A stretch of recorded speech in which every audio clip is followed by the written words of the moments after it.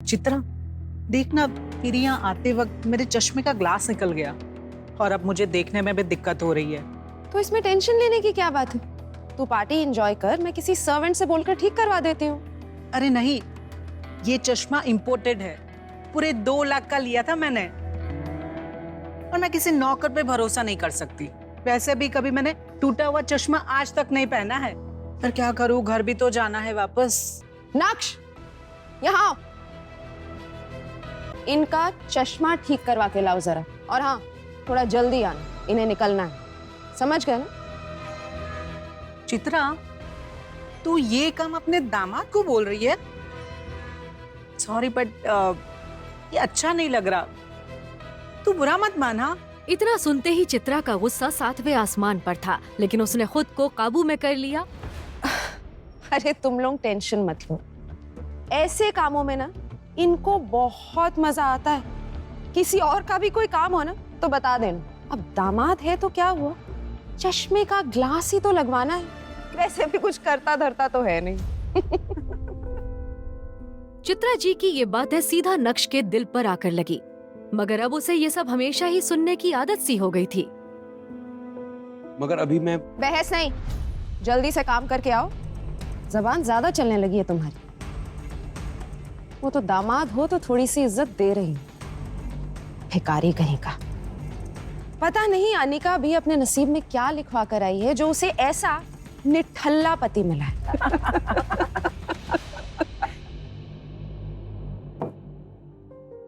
बस सही से फिट करवा कर लाना, और हाँ, अच्छी दुकान पर जाना, बहुत महंगा है ये चश्मा, समझ गए ना?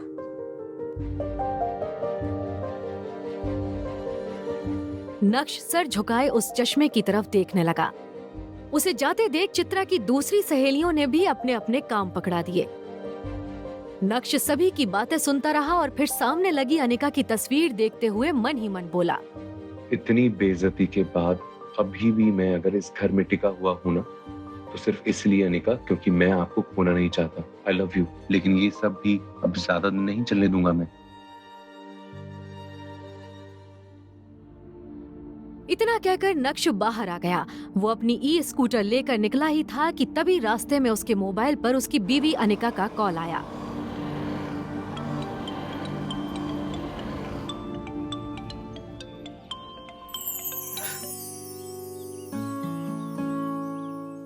हेलो। अच्छा सुनो, क्या आज आप मेरे ऑफिस आ सकते हैं? कुछ काम था अर्जेंट। हाँ, मैं अभी आता हूँ। अनिका की ये बात सुनकर नक्श के होठों पर एक स्माइल आ गई और उसके पूरे दिन की टेंशन जैसे गायब ही हो गई। आज पहली बार अनिका ने उसे ऑफिस बुलाया था। वो ही थी उसकी जिंदगी में जिसकी मुस्कुराहट देखकर वो खुद को जिंदा रखता था। अनिका का चेहरा देखे बिना नक्श को चैन नहीं आता था, और उसके बस में होता तो अनिका की हर एक खुशी के लिए खुद को लाख बार कुर्बान कर देता। रास्ते में नक्श को मोहन लाल स्वीट्स दिखा, जहाँ की जलेबियां अनिका को बचपन से ही बहुत पसंद थी। कुछ सोचकर नक्श ने ई स्कूटर रोकी और अपना पर्स निकालकर देखने लगा। उसमें सिर्फ 200 का एक नोट पड़ा हुआ था। ओहो, 2 ही जोड़ी कपड़े हैं मेरे पास। सोचा था टी शर्ट खरीद लूंगा, लेकिन कोई बात नहीं, अनिका से बढ़कर कुछ नहीं, उसकी पसंद की जलेबी ले लेता हूँ, वो बहुत खुश होगी।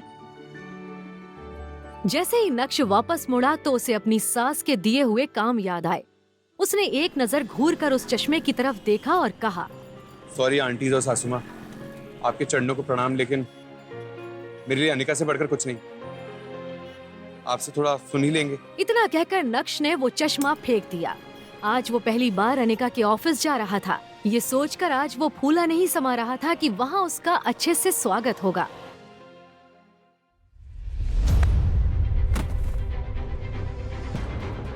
इडियट! दिखाई नहीं देता है क्या तुम्हें? पता नहीं कहां कहां से चले आते मुंह उठा के। इस ऑफिस में ना खड़े होने की भी औकात नहीं तुम्हारी, और तुम टहल तो ऐसे रहे हो जैसे कि ये तुम्हारे बाप का घर हो। कौन हो तुम? शायद विहान ने भी उसके बदरंग कपड़ों से उसे नौकर या ऑफिस बॉय ही समझ लिया था। विहान ने एक नजर नीचे जमीन पर पड़ी जलेबियों को देखा और फिर उसे अपने पैरों तले कुचलकर बाहर निकल गया। विहान वहाँ से जा चुका था और तभी नक्श की नजर अनिका पर पड़ी तो एक पल के लिए वो अपनी बेइज्जती भूल गया। वो अनिका की तरफ देखकर खुद से ही बोला, इतना प्यार करती हो ना आप मुझसे, मेरे साथ हुए इस बर्ताव ने आपकी आंखों में आंसू ला दी।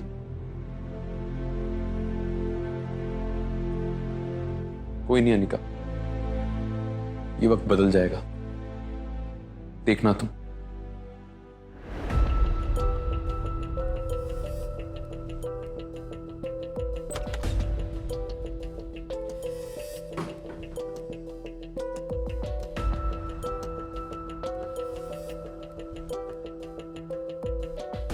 जाने भी दो ना अनिका, जो भी हुआ वो मेरे साथ हुआ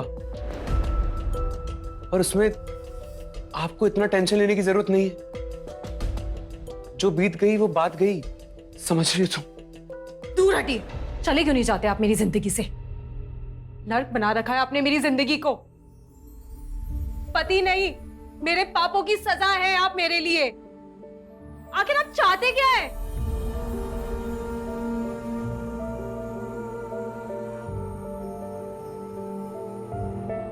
पापा ने मेरी जबरदस्ती शादी करवा दी आपसे और उस गलती की सजा आज तक मिल रही है मुझे। आप तो मेरे काबिल भी नहीं थे। आपको ना अपना पति कहते हुए मुझे शर्म आती है। आज ड्राइवर नहीं था तो मैंने आपको इसलिए बुलाया, लेकिन मुझे नहीं पता था कि आप इतने काम के भी लायक नहीं है। यहां आके आपने मेरे इतने पुराने बिजनेस पार्टनर मिस्टर वियान तक को नाराज कर दिया। जहां जाती हूं मैं, आप मुझे बेइज्जती के सिवाय और कुछ नहीं दे सकते।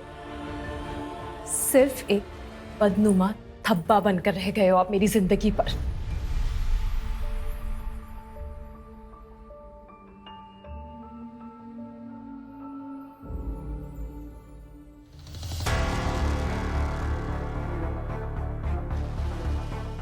क्या है ये सब?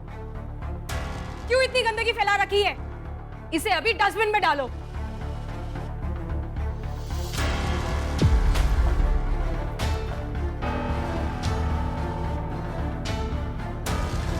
विहान अपनी कार में पहले से ही बैठकर अनिका का इंतजार कर रहा था।